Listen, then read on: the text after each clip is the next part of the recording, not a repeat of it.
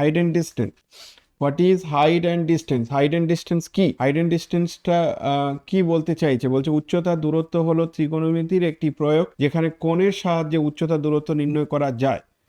তো height and distance is an application of trigonometry use to find height and distance using angle. Angle জানা থাকলে height আর distance বের করতে পারবো। তাহলে যদি তোমাকে এরকম কোশ্চেন জিজ্ঞাসা করে যে হাইট অ্যান্ড ডিস্টেন্স কি, তাহলে তুমি বলবে height and distance is a application of trigonometry, ট্রিগোনোমেট্রির অ্যাপ্লিকেশন। এটা উত্তর। ট্রিগোনোমেট্রির প্রয়োগ, বলবে ট্রিগোনোমেট্রির প্রয়োগ হাইট অ্যান্ড ডিস্টেন্স, যার সাহায্যে, যার মাধ্যমে দূরত্ব বা উচ্চতা বের করা যাবে যদি তার কোণের মান জানা থাকে। অ্যাঙ্গেল অফ এলিভেশন, উন্নতি কোণ, সেটা কি? এটা এটা কিন্তু জিজ্ঞাসা করবেই যে উন্নতি কোণ কি, তাহলে তুমি সেইভাবে উত্তরটা দেবে যে একদম horizontal angle between horizontal line and line of sight when object is above I level.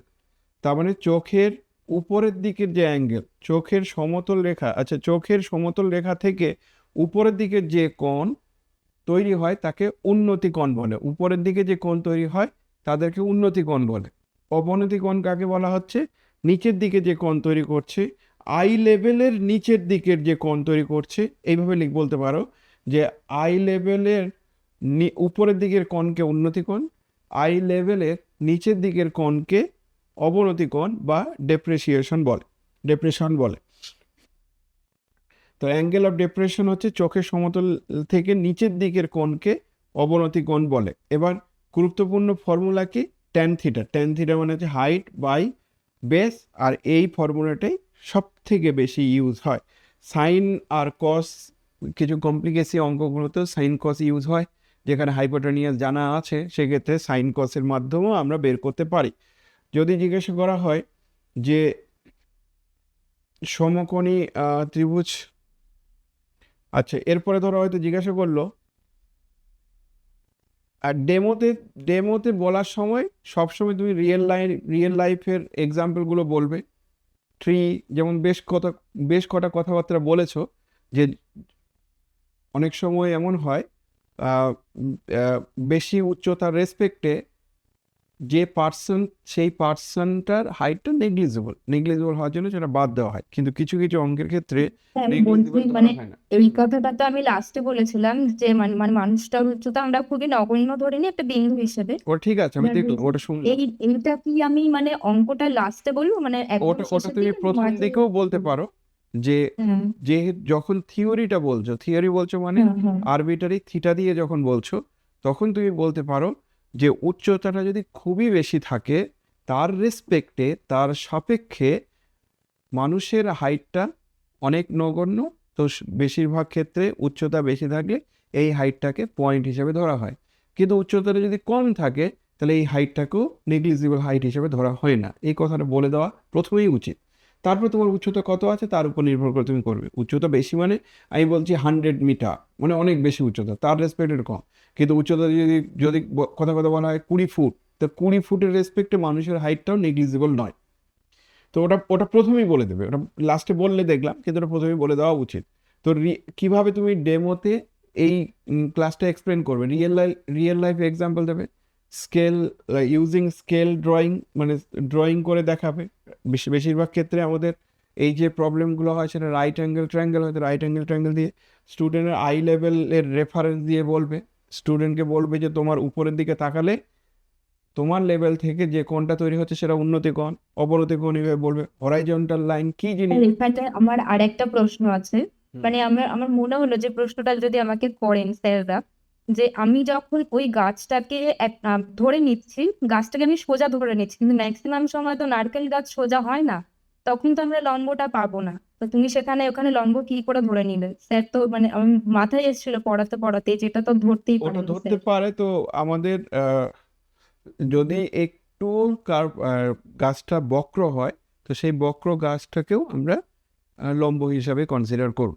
বক্র যদি থাকে তাহলে তাকে স্ট্রেট বা সরলরেখা হিসাবেই কনসিডার করা হবে অঙ্কটা করার পারপাসে। তার মানে তাহলে সেক্ষেত্রে তার ভ্যালুটা পারফেক্ট না আসলেও অ্যাপ্রক্সিমেট ভ্যালু আসবে, কারণ ডিস্টেন্সটা যত কমে যাবে তত বক্রকার সরলরেখার সঙ্গে সমান হবে। এইগুলো তুমি বলতে পারো আর কি।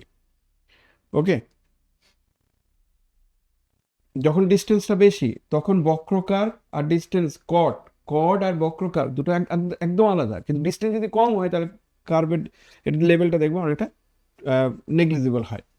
হরাইজন্টাল লাইন কি জিনিস সেটা তোমাকে বাচ্চাদেরকে বোঝাতে হবে যে হরাইজন্টাল কোনটা। হরাইজন্টাল লাইন বললে আবার বলবে যে ভার্টিক্যাল লাইন কোনটা। ভার্টিক্যালি কি জিনিস? ভার্টিক্যালি মানে আমি যে দাঁড়িয়ে আছি, লম্বভাবে দাঁড়িয়ে আছি, ওটাই আমার ভার্টিক্যাল। এই লাইনটাকে আমি ভার্টিক্যাল বলছি। হরাইজন্টাল মানে মেঝেতে যে লাইনটা আছে বা মেঝের সমান্তরাল যে লাইনগুলো আছে তাদেরকে বলা হচ্ছে হরাইজন্টাল লাইন। এবার হয়তো কিছু কিছু ক্ষেত্রে কোনো একটা অঙ্ক তুমি নিয়ে তারপরে এক্সাম্পল হিসেবে বলতে পারো যে কী করে আমি এইচটা বের করতে পারবো। মানে অঙ্কটা এরকমই বলা উচিত যে উন্নতি কোণ 45 ডিগ্রি আর দূরত্ব যদি এমন হয় তাহলে উচ্চতা বের করা যাবে। কার মাধ্যমে? এটার মাধ্যমে। একই রকমভাবে যদি তার 30 ডিগ্রি তার অ্যাঙ্গেল হয় আর ডিস্টেন্স যদি জানা থাকে তাহলে সেই ক্ষেত্রেও আমি উচ্চতা বের করতে পারবো using tan theta equals to ফর্মুলাটা।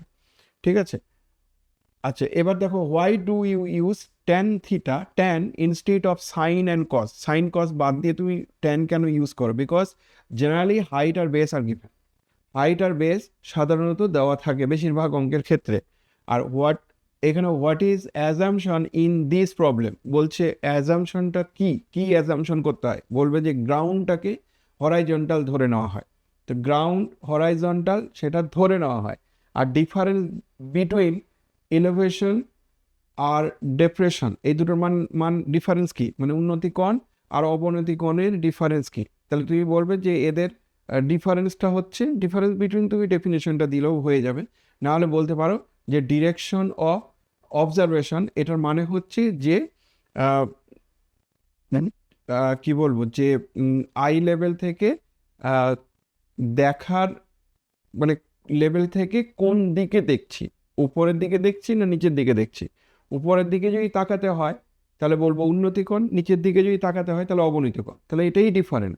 অর্থাৎ ডিফারেন্স তুমি আরও পারফেক্টলি বলতে পারো উন্নতি কোণ মানে ধনাত্মক বা পজিটিভ অ্যাঙ্গেল, অবনতি কোণ মানে নেগেটিভ অ্যাঙ্গেল, নিচের দিকে যাচ্ছে মানে নেগেটিভ অ্যাঙ্গেল। বা তুমি আরেকটু বলতে পারো যে উন্নতি কোণ মানে অ্যান্টি ক্লকওয়াইজ ডিরেকশনে অ্যাঙ্গেল, অবনতি কোণ মানে ক্লকওয়াইজ ডিরেকশনে অ্যাঙ্গেল। এইটুকু বললেই হবে। তুমি আরো বেটার করে বললে যে দুটোর মধ্যে ডিফারেন্স কি, উন্নতি কোণ আর অবনতি কোণের মধ্যে ডিফারেন্স কি? তুমি বলবে যে অ্যান্টি ক্লকওয়াইজ ডিরেকশন অর্থাৎ পজিটিভ অ্যাঙ্গেলটা হচ্ছে উন্নতি কোণ, আর ক্লকওয়াইজ ডিরেকশন অর্থাৎ নেগেটিভ অ্যাঙ্গেলটা হচ্ছে অবনতি কোণ। আর অ্যাঙ্গেল যদি বাড়ে, if angle increase what happen? Angle যদি বাড়ে, যত অ্যাঙ্গেল বাড়বে ডিস্টেন্সটা বাড়বে। অ্যাঙ্গেল বাড়লে ডিস্টেন্স বাড়বে, অ্যাঙ্গেল বাড়লে ডিস্টেন্স বাড়বে। এই ধরনের কথাবার্তাগুলো তোমার আসতে পারে। কি কি টিএলএম কি কি ইউজ করতে পারো? টিএলএম ইউজ করতে পারো মানে কি কি তুমি অ্যাক্টিভিটি বেস টিচিং করতে পারো। অ্যাক্টিভিটি বেস টিচিং মানে হঠাৎ করে তুমি বাইরে তুমি মনে করলে যে আমাদের যে স্কুলের যে বিল্ডিংটা আছে সেটা 3 তলা বিল্ডিং, আমরা কি ফিতে দিয়ে না মেপেও কি তার মেজারমেন্ট করতে পারি? তখন তাদেরকে হয়তো বলা হলো যে হ্যাঁ করতে পারি। তো এটাই অ্যাক্টিভিটি বেস। তাহলে অ্যাক্টিভিটি বেস কী করে বলবে? তুমি বলবে যে ধরে নাও আমার এখান থেকে আমার স্কুলের একদম লাস্ট প্রান্ত বা ওয়াল পর্যন্ত ডিস্টেন্সটা 20 মিটার, আর এই যে তাকাচ্ছি তার অ্যাঙ্গেলটা হচ্ছে 60 ডিগ্রি উন্নতি কোণ। তাহলে আমি tan থিটা ফর্মুলা ইউজ করলে হাইটটা বের করতে পারবো, অ্যাপ্রক্সিমেট হাইট বের করতে পারবো যদি এই লেন্থটাকে ডিস্টেন্সটাকে যদি আমি অ্যাপ্রক্সিমেট বলি, আর অ্যাঙ্গেলটাকে যদি অ্যাপ্রক্সিমেট বলি তাহলে অ্যাপ্রক্সিমেট। যদি আমি পারফেক্টলি ডিস্টেন্সটা নিয়ে নিই, অ্যাঙ্গেল অফ মেজারমেন্টটাও যদি আমি পারফেক্ট নিই তাহলে পারফেক্ট বেরোবে উইদাউট ক্যালকুলেটিং, মানে উইদাউট ইউজ এনি ট্যাপ, যেটাকে কি বলে মেজারমেন্ট ট্যাপ ইউজ না করে আমি বিল্ডিংয়ের মেজারমেন্ট করতে পারি। আর কি যে স্ট্রিক্ট শ্যাডো মেথড দিয়েও আমরা বের করতে পারি। শ্যাডো মেথড কথাটা হচ্ছে ছায়া। হ্যাঁ বলো। বলছিলাম ধরুন ওরা মানে স্যাররা একটা অঙ্ক বললেন যেখানে হয়তো ওই 20 মিটার বা 25 মিটারের মধ্যে কোনো হাইট দিয়ে বললেন। এবার সেক্ষেত্রে যখন আমি ওই অঙ্কটা যখন সলিউশন বের করবো, সলিউশন বের করে নিশ্চয়ই ওই মানুষের হাইটটা অ্যাড করে আমাকে উত্তরটা দিতে হবে। হ্যাঁ, যদি কিছু না বলা থাকে তাহলে মানুষের হাইট বলতে হবে, কিন্তু মানুষের হাইট যদি না বলা থাকে তাহলে মানুষের হাইট তুমি কি করে দেবে? মানুষের হাইটটা বলা থাকতে হবে। হ্যাঁ, হাইটটা তো বলা থাকতে হবে। এবার ধরুন মানে ওরা একটা অঙ্ক দিল সেই মুহূর্তে, এবং সেই মুহূর্তের কথা বলছে যে বললো যে এই 20 মিটার হাইটের একটা বাড়ি, তার উচ্চতার ডিস্টেন্সটা দেওয়া আছে, ধরুন বিল্ডিং থেকে মানুষের ডিস্টেন্সটা দেওয়া আছে, এবার হাইটটা বের করতে বললো, বা হয়তো হাইটটা তুমি তাহলে বের করে হাইটের নেবে, তুমি পুরোটা বের করে হ্যাঁ নিয়ে তখন বলবে যে আমি যদি ব্যক্তিটির হাইটটাকে নেগলিজিবল ধরি তাহলে এটাই উত্তর, আর যদি ব্যক্তির হাইট থাকে তাহলে মাইনাস করে দেবো। কথা বুঝতে পারছো তো? ব্যক্তির হাইট তো বলিনি তোমাকে, ব্যক্তির হ্যাঁ হাইট হ্যাঁ যদি বলা থাকে তাহলে বলবে ব্যক্তির হাইট যদি থাকে তুমি এটা বলবে ইনস্ট্যান্ট, ওই বুদ্ধি থেকে বলবে, কারণ 20 মিটার মানে খুব বেশি লম্বা নয়। তো আমি এর হ্যাঁ উচ্চতাটা হ্যাঁ হচ্ছে, বলবো যে এর উচ্চতাটা হচ্ছে এত, উচ্চতা পেয়ে গেলাম। পাওয়ার পর বলবো যে উচ্চতাটা এত, যদি আমি ওই ব্যক্তিটির উচ্চতাটাকে হাইটটাকে নেগলিজিবল বলি, কিন্তু ব্যক্তির উচ্চতা যদি থাকে তাহলে সেটা মাইনাস করে দেবো, যদি থাকে এরকম কন্ডিশন। ওকে, তারপরে কমন মিস্টেক কি? কমন মিস্টেক হচ্ছে উন্নতিকোণ অবনতিকোণের মধ্যে কনফিউশন। একটা ছোট মানে বিশেষ করে 9-10 লেভেলের ছেলে মেয়েদেরকে না উন্নতিকোণ অবনতিকোণ বুঝতেই পারে না, অঙ্কটা পড়ে যে ছবিটা আঁকবে সেই ছবি সাধারণত বুঝতে পারে না, সেটা একটা কমন মিস্টেকের মধ্যেই পড়ছে। আর ডায়াগ্রাম, ওরা ডায়াগ্রামটা আঁকবে কি করে? ওদের হাইট অ্যান্ড ডিস্টেন্স যদি আমি বাচ্চাদেরকে পড়াতে যাই, তো ওরা প্রথম কোশ্চেন কি করে জানো তো? ওরা বলবে যে স্যার ছবি কি আঁকতেই হবে? ওদের কোশ্চেনটা এটাই, যে স্যার আমি সব পেরে যাবো, ছবিটা কি আঁকতেই হবে? আচ্ছা পরীক্ষাতে ছবিটা কি আঁকতেই হবে? এটা বারংবার এই কোশ্চেনটা রিপিটেডলি ছেলেপেলেগুলো করে, অর্থাৎ তাদের ছবি আঁকাতে খুব যেন একটা প্যানিক টাইপের একটা যেন করে কাজ করে, যে ছবি আঁকলেই মানে কেমন বোরিং ব্যাপার সেবার এরকম একটা ভাব কাজ করে। তা আমাকে যখনই বলে, আমি বলছি তুমি কি বায়োলজি ছবি আঁকছো যে কষ্ট লাগছে? তুমি তো এই তো হাইট উচ্চতা আর এইগুলোতে আঁকছো, একটা সমকোণী ত্রিভুজ আঁকতে পারবে না? তাই বলো ছবি আঁকতেই হবে, ছবি মাস্ট, ছবি ছাড়া হাইট অ্যান্ড ডিস্টেন্সের অঙ্ক হয় না। তো ছবিটা ওরা ঠিকঠাক করে আঁকতে পারে না। রেশিও, ট্রায়াঙ্গেলের যে রেশিওগুলো সেইগুলোতে ভুল করে, সাইন নেবে না কস নেবে না তোমার ট্যান নেবে না কসেক নেবে না সেক নেবে, সেটা গুলিয়ে ফেলে সেই জন্য। তারপরে আই লেভেলটাকে ইগনোর করে, আই লেভেল মানে হরাইজন্টাল লেভেল, তাকে ইগনোর করা, এইগুলো হচ্ছে কমন মিস্টেকের মধ্যে পড়ছে। যদি এদের পরে যদি বিএসসি লেভেলের যদি তুমি কোশ্চেনের থিঙ্কিং করতে চাও, তাহলে তোমাকে হয়তো জিজ্ঞাসা করতে পারে যে ট্যান থিটা যেটা নিলে সেটা ইনক্রিজিং মনোটন ইনক্রিজিং, সেটা তুমি প্রমাণ করো। মানে ট্যান থিটাটা কি ইনক্রিজিং না ডিক্রিজিং, এটা তোমাকে প্রথম কোশ্চেন করতে পারে। তুমি বলবে যে tan theta sir increasing decreasing সব হতে পারে, উত্তর কিন্তু এরকম, ট্যান থিটাই ইনক্রিজিং ডিক্রিজিং সব হতে পারে, কিন্তু ইন্টারভ্যালটাকে যদি আমি রেস্ট্রিক্ট করে দেই তাহলে সার্টেন ইন্টারভ্যালের মধ্যে 0 থেকে π/2 ইন্টারভ্যালের মধ্যে এর মানটা ইনক্রিজিং হবে। তো বলছি প্রমাণ করো, এর মান যে ইনক্রিজিং হবে সেটা তুমি প্রমাণ করো। তাহলে ট্যানের মান ইনক্রিজিং হবে, যদি বিএসসি লেভেলের কোশ্চেনের কথা বলছে, যদি প্রমাণ করতে বলে তাহলে সেই প্রমাণটা কি করে বলবে বলো দেখি? ডেরিভেটিভের কনসেপ্ট ইউজ করে বলবে যে ট্যান থিটার ইনক্রিজিং না ডিক্রিজিং। তার জন্য আমি বলবো যে এফ থিটা হচ্ছে আমার ট্যান থিটা, ফার্স্ট ডেরিভেটিভ করে দেবে। ফার্স্ট ডেরিভেটিভ করলে এটার মান হবে সেক স্কোয়ার থিটা, আর স্কোয়ার থাকার জন্য অলওয়েজ গ্রেটার জিরো, যে ফাংশনগুলো অলওয়েজ গ্রেটার জিরো সেটা হচ্ছে ইনক্রিজিং ফাংশন। তাহলে ইনক্রিজিং ফাংশন প্রুভ করার টেকনিক দিস ওয়ান, কিন্তু খেয়াল রেখো একটা, থিটা যদি আবার 0 আর π/2 বাইরে যদি চলে যায় তাহলে আবার হয় না, কারণ বুঝতেই পারছো π/2 যদি বসিয়ে দাও ডাইরেক্ট তাহলে এটা কিন্তু ইনফিনিটি হয়ে যাবে, কারণ 1/cos π/2 0, তার জন্য এটা সমস্যা হবে। সেই জন্য π/2টা হতে পারে না, ওই জন্য ওপেন ইন্টারভ্যালের মধ্যে এটা ইনক্রিজিং ফাংশন। তো যদি পরীক্ষার সময় জিজ্ঞাসা করে যে ট্যান থিটা যে ইনক্রিজিং ফাংশন সেটা তুমি প্রমাণ করো, তাহলে এইভাবে প্রমাণ করতে পারো, এটা একদম ক্যালকুলাসের সঙ্গে সম্পর্কযুক্ত। একই রকমভাবে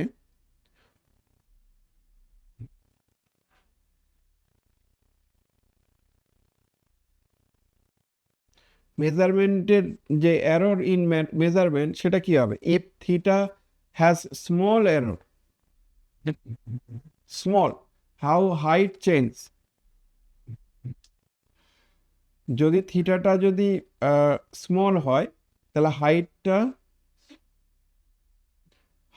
হাইট কিভাবে চেঞ্জ হবে, কি করে বলবো?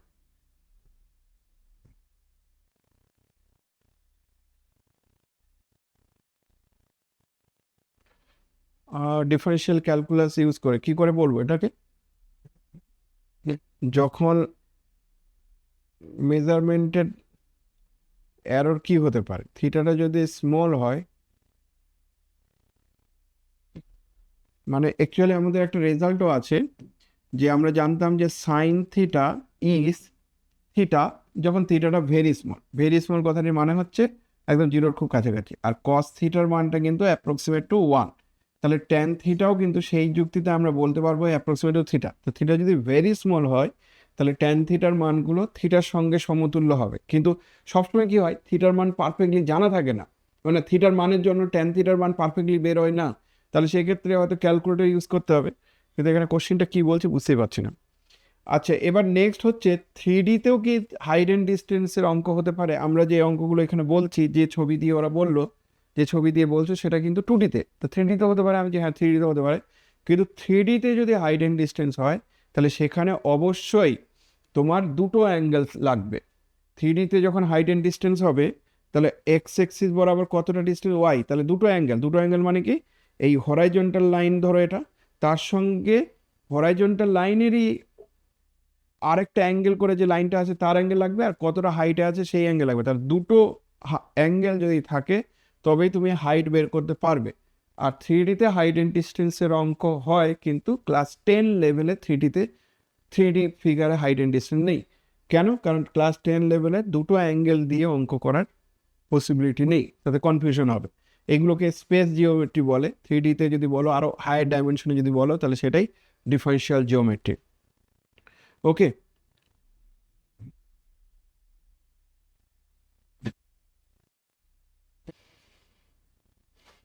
ইনভার্স ট্রিগোনোমেট্রি ফাংশন ইউজ করে হাইট বের করা যায়, মানে অ্যাঙ্গেলটা বের করা যায়। অ্যাঙ্গেল কি করে বের করবে সেটা হচ্ছে ইনভার্স ট্রিগোনোমেট্রি ইউজ করে অ্যাঙ্গেল বের করা যায়। আচ্ছা, আর আর কি হতে পারে? হ্যাঁ, থিটা যদি খুব জিরোর দিকে যায় তাহলে ট্যান থিটার কার দিকে যাবে? উত্তর হচ্ছে ট্যান থিটা থিটার দিকে যাবে, ট্যান থিটার দিকেই যাবে। ওকে, এরপরে বলছে যে can height be find without trigonometry ছাড়া কি হাইট বের করা যাবে? হ্যাঁ, সিমিলার ট্রায়াঙ্গেল ইউজ করে আমরা হাইট বের করতে পারবো ট্রিগোনোমেট্রি ফিগার না বের করে। আর what if ground is not horizontal? Ground যদি হরাইজন্টাল না হয় তাহলে কি হবে? গ্রাউন্ড যদি হরাইজন্টাল তুমি না ধরো, গ্রাউন্ডটাকে আমি হরাইজন্টাল ধরেই এই অঙ্কটা করা হয়, তা গ্রাউন্ড যদি হরাইজন্টাল না হয় তাহলে সেক্ষেত্রে খুব স্বাভাবিক, গ্রাউন্ড এরকম যদি কার্ভ হয় তাহলে তো আর্ক লাইন বরাবর যাবে, তাহলে আর্ক লাইন বরাবর যাবে মানে সেটা করা যাবে কিন্তু কমপ্লেক্স হবে, জটিল হবে।